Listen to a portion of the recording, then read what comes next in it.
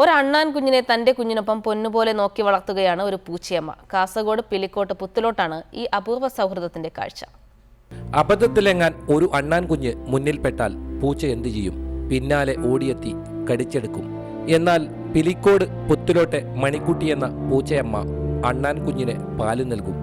സ്വന്തം കുഞ്ഞിനെ പോലെ കൊണ്ടു നടക്കും.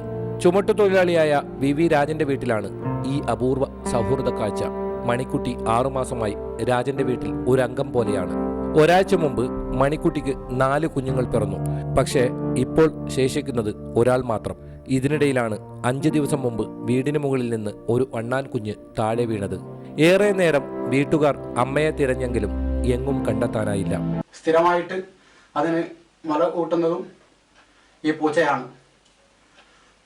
ഇന്നേക്ക് 10 ദിവസമായി അണ്ണാനെ കുഞ്ഞെ പുറത്ത് പോകാൻ ഒന്നും അനുവദിക്കാതെ പൂച്ച തന്നെ അതിനെ സംരക്ഷിക്കുകയാണ്, കാണുന്നതാണ് പതിവ്.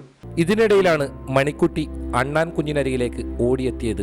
പൂച്ച അതിനെ കടിച്ചു കൊല്ലുമോ എന്നായിരുന്നു വീട്ടുകാരുടെ പേടി. എന്നാൽ സംഭവിച്ചത് മറിച്ചായിരുന്നു. കുഞ്ഞിനെ ചേർത്തു നിർത്തി അതിന് പാലു നൽകി. ശേഷിക്കുന്ന ഒരു കുഞ്ഞിനൊപ്പം ഇതിനെയും പാല് കൊടുത്ത് വളർത്തുകയാണ് മണിക്കുട്ടി.